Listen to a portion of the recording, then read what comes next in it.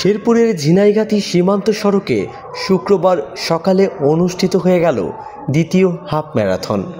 Sherpur runners কমিউনিটির আয়োজনে অনুষ্ঠিত এ প্রতিযোগিতায় দেশের বিভিন্ন প্রান্ত থেকে আসা ৮ শতাধিক নারী, পুরুষ ও শিশু।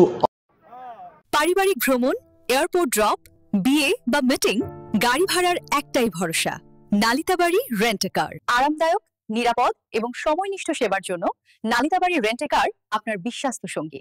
অংশ নেন পাহাড়ি পরিবেশে ১, ৫, ১০ ও ২১ কিলোমিটার মোট ৪টি ক্যাটাগরিতে দৌড় অনুষ্ঠিত হয়।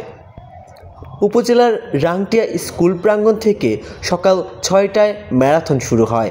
সড়কের যান চলাচল বন্ধ রেখে পথের মোড়ে মোড়ে স্বেচ্ছাসেবকরা পানি, স্যালাইন, খাবারসহ সহায়তা নিয়ে দাঁড়িয়েছিলেন।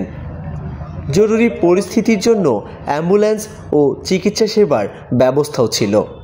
অংশগ্রহণকারীদের মধ্যে ছিলেন দেশের বিখ্যাত কয়েকজন খেলোয়াড় ও অভিযাত্রী। অভিজিৎ সাহা, নালিতাবাড়ি কাগজ।